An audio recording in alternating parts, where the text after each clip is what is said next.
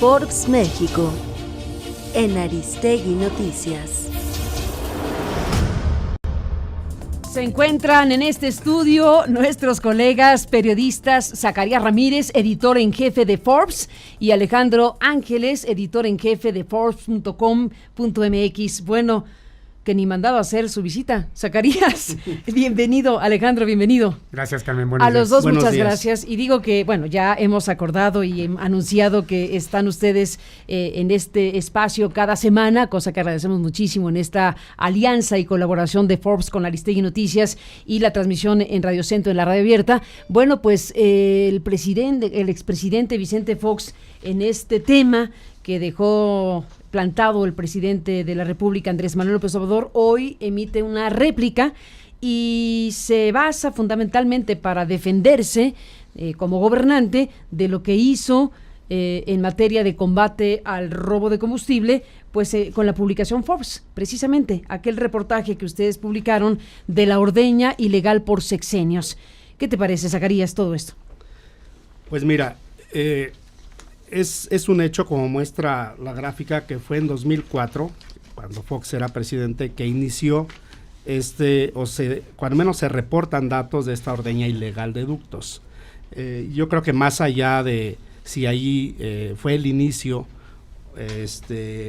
o fue una cantidad representativa el número de ordeñas que se presentaba en ese momento, el hecho es que allí empezó el problema, y los problemas se deben de afrontar en un principio, antes de que crezcan en demasía, como ocurrió de pasar de cientos o decenas a pasar a miles en 2018, pues el problema se había convertido en algo demasiado grande, donde la colaboración de las autoridades de Pemex, yo creo que era evidente, y no se confrontó en un inicio, en el robo, así es. Entonces, lo que hay que interpretar es que el 2004, que es el año que mencionó el presidente López Obrador para hablar de la sustancia que se habría adquirido en caso de que se hubiera aprobado el presupuesto en sus términos originales. Bueno, entonces ese 2004, que ahora recupera el expresidente Fox, pues no, digamos, es el punto más bajo, sino el inicio del conflicto, el inicio del problema. ¿Así lo interpretas? Así lo interpreto. No como la demostración de lo bien que lo estaban haciendo, sino como el arranque de... Exacto, Qué y fuerte, como el qué momento fuerte. en el que se debe de afrontar el problema, porque una vez que ha crecido de tal manera como está ahora, pues es mucho más difícil, como lo estamos viendo. Ahí está la gráfica de Forbes. Este reportaje lo publicaron, Zacarías, ¿en qué fecha te acuerdas? Fue hace poco, Alejandro. y fue en el sitio de Forbes.com.mx. ¿El que tú diriges acá? Así es. ¿Cuándo lo publicaron? A ver, déjame ver. O sea, no es un reportaje de hace 1000 años. No, tiene semanas, ¿no? Tiene semanas que se publicó. Bueno, ya se ve que Fox lee Forbes. Ya se ve que lee Forbes, lo cual... Bueno, está bien, pero digamos, en este caso, ustedes lo publicaron recientemente y lo recupera el expresidente Fox, porque dice, ahí se puede observar que en mi sexenio el asunto llegó a tocar este punto más bajo, pero ustedes dicen, en ese sexenio es cuando empezó la curva de crecimiento, y ahí se ve precisamente la evolución. Cuéntanos, Alejandro, la gráfica misma. Te propongo que la vayas explicando para el público que nos escucha en la radio y para quienes están siguiendo www.aristeguinoticias.com. Sí, es el número de tomas clandestinas detectadas, en este caso, bueno, pues por el primer interesado, que es Pemex, y las autoridades correspondientes, ¿no? En 2004, de hecho, hubo una baja contra el año anterior, porque el año anterior se tenían, me parece que 150 por ahí de tomas clandestinas detectadas, y en el 2004 son 110. Esto no quiere decir que hubiera menos tomas clandestinas, estas son las que se detectaron y que en su momento se reportaron, ¿no? Entonces en el 2004 se reportaron estas 110, y pues si uno ve el número de ahora, que bueno, del año pasado, ¿no? Que cerró a octubre con 12,581, bien podríamos estar hablando de más de 13,000 o inclusive 14,000 tomas clandestinas, pues sí es un número incomparable, ¿no? Contra las 110 que se reportaron en ese 2004.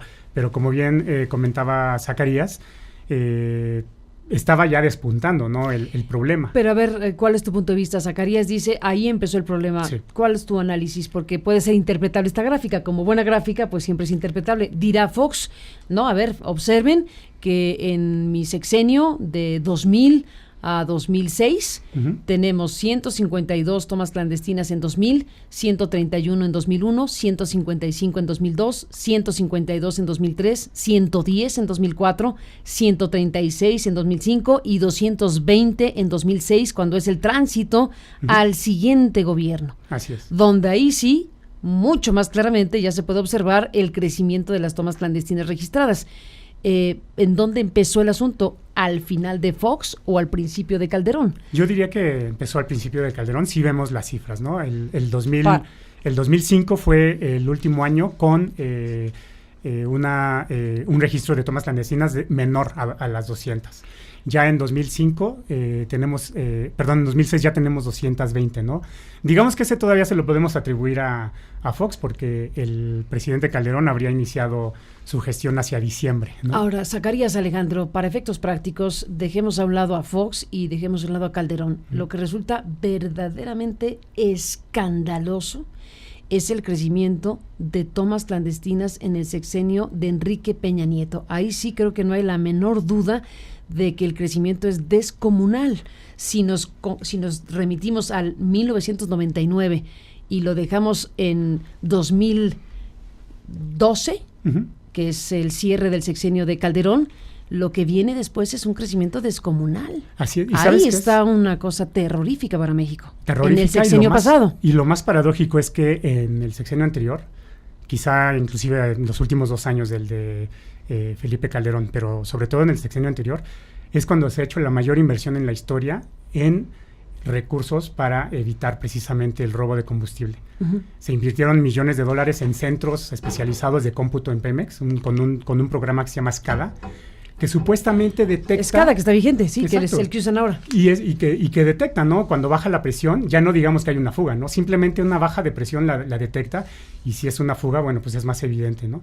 También se invirtió inclusive en las sustancias estas tan famosas de las que están hablando, la trazabilidad de las gasolinas. ¿Tú te sabes eso? Cuéntanos, porque estamos aquí adivinando. Sí, bueno, hay una inversión en pilotos, en pruebas piloto de sustancias que son según de una práctica que se llama trazabilidad del combustible, y que se aplica no solamente en las gasolinas, ¿no? Se aplica también en los alimentos, por ejemplo, que tiene una analogía muy cercana a tecnologías como RFID, que te permiten decir de dónde viene cada componente, por ejemplo, de un coche, ¿no?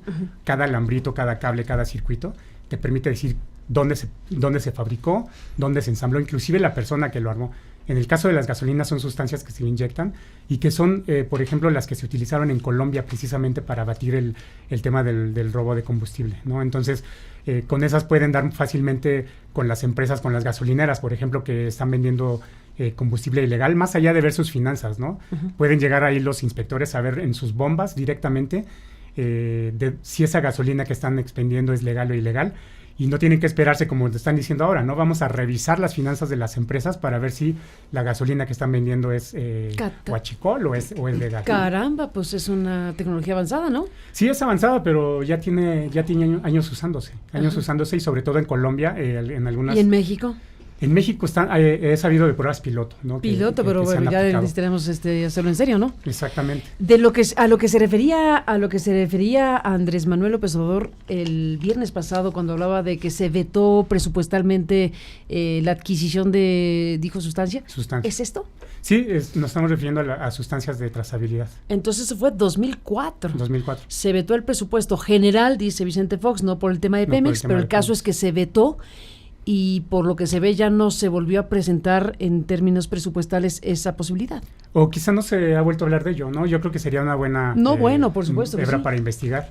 Sí, Zacarías. También pasa algo. Una cosa es que tú hagas una inversión en tecnología y otra cosa es que la utilices. Y otra cosa es que tengas la información, que eso es lo que reclama o lo que ha estado reclamando el presidente López Obrador, que tienen la información y no actúan. Claro. Porque solo con sensores puedes tener información acerca de qué está pasando en un ducto, pero luego después hay que actuar.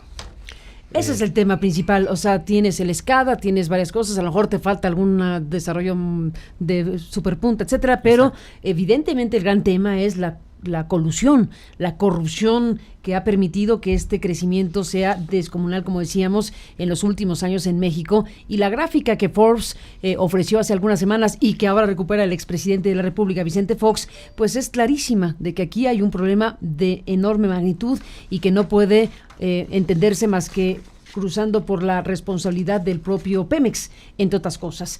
Les pido, Zacarías Ramírez y Alejandro Ángeles, editor en jefe de Forbes y editor en jefe de Forbes.com, hacer una pausa y regresamos para cerrar esta conversación con ustedes con el otro asunto que ustedes han aportado en este número, que tiene que ver con lo laboral y con asuntos muy importantes. Después de la pausa, regresamos con ustedes. Estamos con la revista Forbes y con Forbes Online. Alejandro Ángeles y Zacarías Ramírez, a los dos gracias nuevamente por estar acá.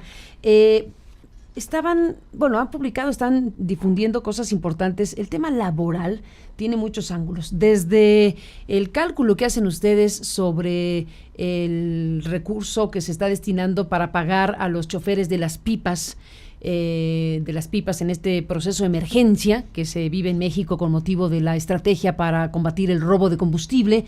Y vaya que sí es una urgencia nacional combatir el robo de combustible. Después de ver las cifras y la gráfica que nos mostraron, sí es indispensable que México se libere de esto. Pero bueno, hay cosas que han surgido, como la compra de pipas de urgencia en Nueva York, como la convocatoria a la que llegaron muchísimas personas interesadas, claro, porque hay un salario muy fuerte, muy importante, que no tendrían de otra manera en este mercado laboral mexicano tan castigado. Ese es un ángulo que traen en esta revista que está circulando. Así es. Sí, en el tema de las pipas sí causó furor, ¿no? El sueldo que anunciaron de 29,000 pesos mensuales. Más allá del esquema, ¿no?, que se va a aplicar y que está muy, muy raro, ¿no?, de que si van a ser empleados de Sedena o dónde van a estar adscritos esos nuevos trabajadores, pues el sueldo que se está ofreciendo, ¿no? En Forbes hicimos un ejercicio de calcular, ¿no?, quién gana esa cantidad en México, y resultó que con datos del INEGI, de la Secretaría del Trabajo y observatorios laborales, vimos que ese sueldo no lo gana el 99.6% de la población en México. Entonces, estos piperos, si entran a trabajar y si les pagan el sueldo, el 99.6% de la población no ganaría eso. Exacto. Gana menos de los 29,000 pesos mensuales que se les estaría ofreciendo a estos empleados. Y obviamente sería también un sueldo muy superior al que ganan muchísimos profesionistas, ¿no? El promedio más o menos de una persona con un trabajo formal, con varios años de antigüedad en una empresa, es más o menos de 14,000 pesos. Entonces, con licenciatura, con estudios universitarios. Inclusive con maestría, ¿no? Inclusive con 14,000 mensuales. 14,000 pesos mensuales. Con calificación. Exacto. Y ellos estarían ganando 29,000 pesos, ¿no? Obviamente, bueno, pues en un mundo justo y deseable, claro. Deseable y todo, pues obviamente es un buen sueldo. El problema es el resto del asunto. El problema es el resto, y también qué va a pasar después, ¿no? Si esto se va a sostener, si va a haber partidas en los presupuestos subsiguientes de Sedena, en este caso, para seguirles pagando, ¿no? Y que no vaya a ser solamente que los contrataron 3 meses, les pagan eso si bien les va. Y quizá después pudiera haber inclusive conflictos laborales ahí de demanda, ¿no? De contratos o de promesas no cumplidas, ¿no? Es un tema. Pero bueno, sí, son 29,000 pesos. Serían el equivalente, ya hicimos la conversión a casi $19,000 anuales, que es más o menos, bueno, no está muy retirado de lo que gana un chofer en Estados Unidos. Ya no digamos de pipa de que transporta combustible, ¿no? Sino de camión. No de un camión así, un camioncito X, pues estaría ganando unos $25,000 anuales. Entonces, un pipero de estos que quiere contratar el gobierno de Andrés Manuel López Obrador estaría ganando casi $19,000 al año, lo cual, pues, en verdad es un buen sueldo. Zacarías. Sí, yo lo que me pregunto es, ¿cómo serán los sueldos en Pemex? Si se está ofreciendo un sueldo de este tamaño, ¿cómo será adentro? Porque sabemos que las prestaciones que tienen en Petróleos Mexicanos son muy altas, están muy por encima de lo que se gana afuera de Pemex, como si fuera una entidad aparte, como si fuera una cosa distinta. Entonces, pues ya que se habla tanto de transparencia, sería muy bueno, y ya que se habla tanto de la necesidad de tener recursos, que se revisaran esas nóminas, esos recursos que se le han transferido a Pemex, al sindicato, cuáles de esos sean... Ahora ya son sujetos obligados en el INAI, ¿no? Exacto.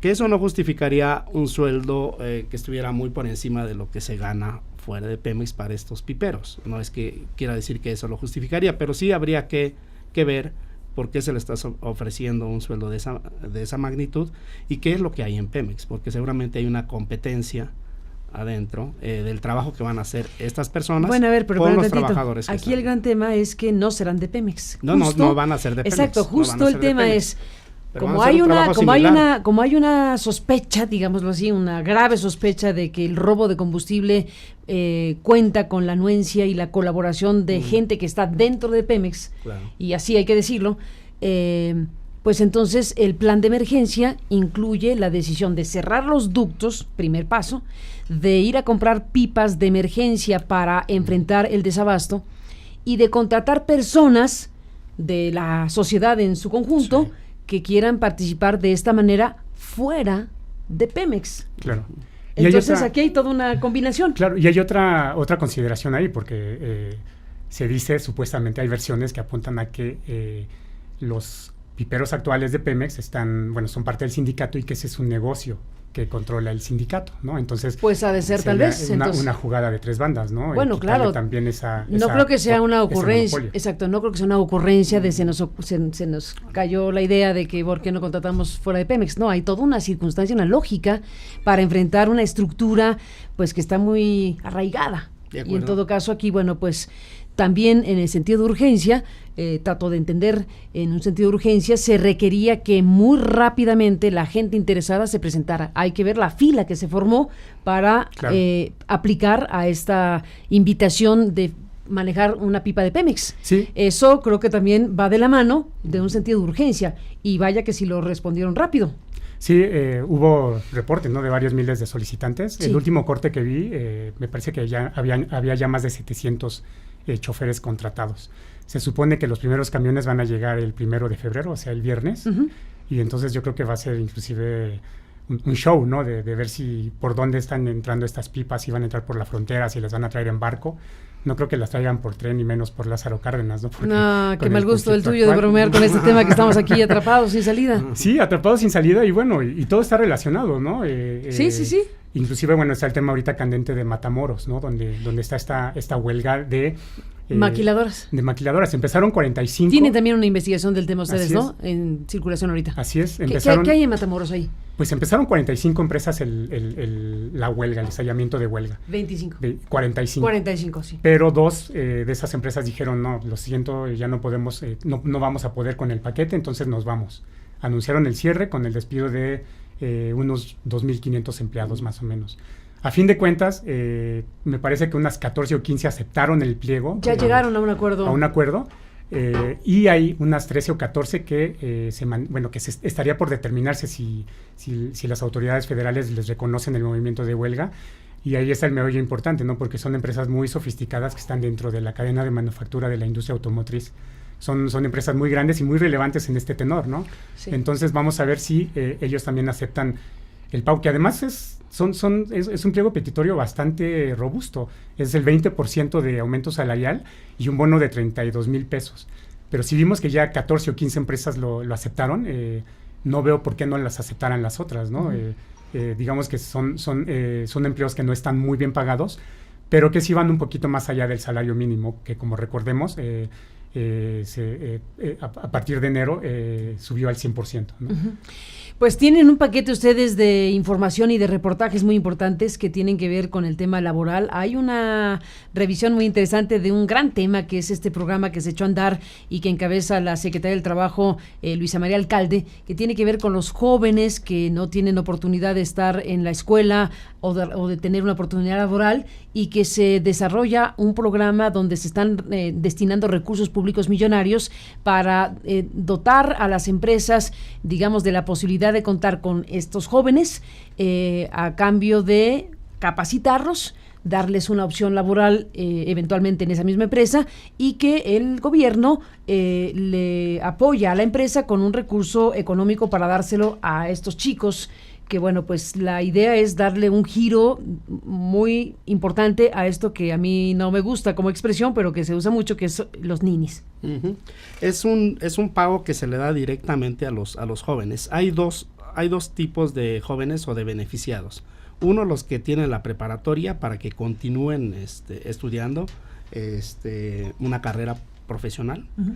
Y por otro lado son los que ya están en una carrera y que necesitan tener esa capacitación para el trabajo y tener un ingreso. El gobierno les da una beca de 3,600 pesos y bueno, el programa está en una etapa, de acuerdo con lo que nos contó la secretaria del Trabajo en una entrevista que vamos a publicar. El programa ha avanzado bien, aunque no nos dio todavía todos los números de las empresas incorporadas al programa, pero hemos tenido hasta incluso comunicados de algunas empresas que nos han dicho, nos sumamos, empresas muy grandes, ¿no? Y por otro lado, los jóvenes que se están adhiriendo, están haciendo su solicitud a través de la página.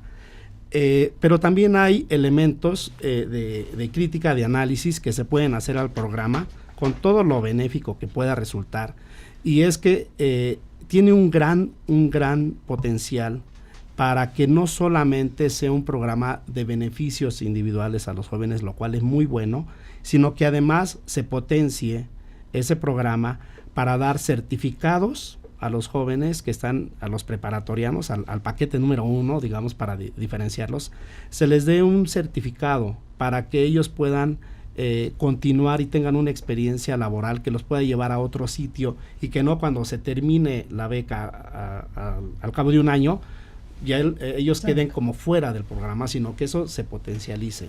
Y en el paquete número 2... Ahí en ese punto es donde se demostrará que tuvo éxito, justo cuando ocurre eso. Claro. Sí, porque por ahora puede ser como un paliativo para una situación difícil. No, de lo que se trata es de dar la vuelta. Pero de lo que se trata es que la sociedad también, ellos y la sociedad resulten beneficiados de un programa al que se le están destinando una buena cantidad de recursos y que tiene además un alcance nacional, es universal.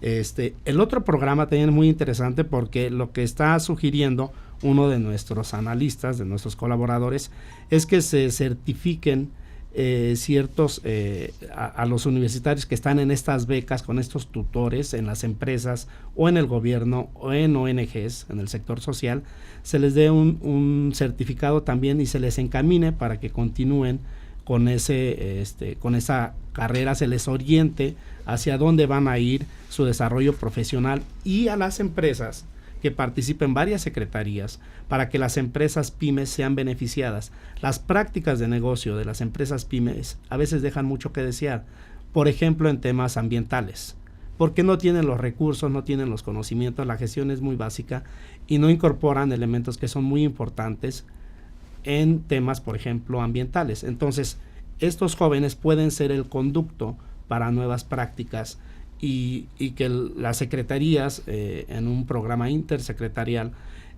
sean vigilantes de que las empresas también adopten nuevos modelos de gestión, las pequeñas empresas, que son un alto porcentaje de nuestra planta de empresas.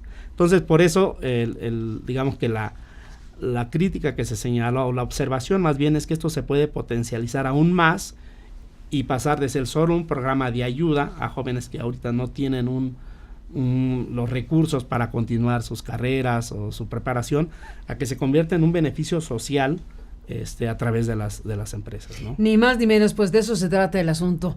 Pues ahí quedan los temas y los ángulos de análisis y de revisión y de información que nos presentan el día de hoy. Gracias, Zacarías Ramírez, editor en jefe de Forbes, por estar aquí esta mañana. Al contrario, Carmen. Gracias, un abrazo. Gracias, Alejandro Ángeles, editor en jefe de Forbes.com. Gracias por estar aquí, Alejandro. Gracias, Carmen. A los dos, gracias.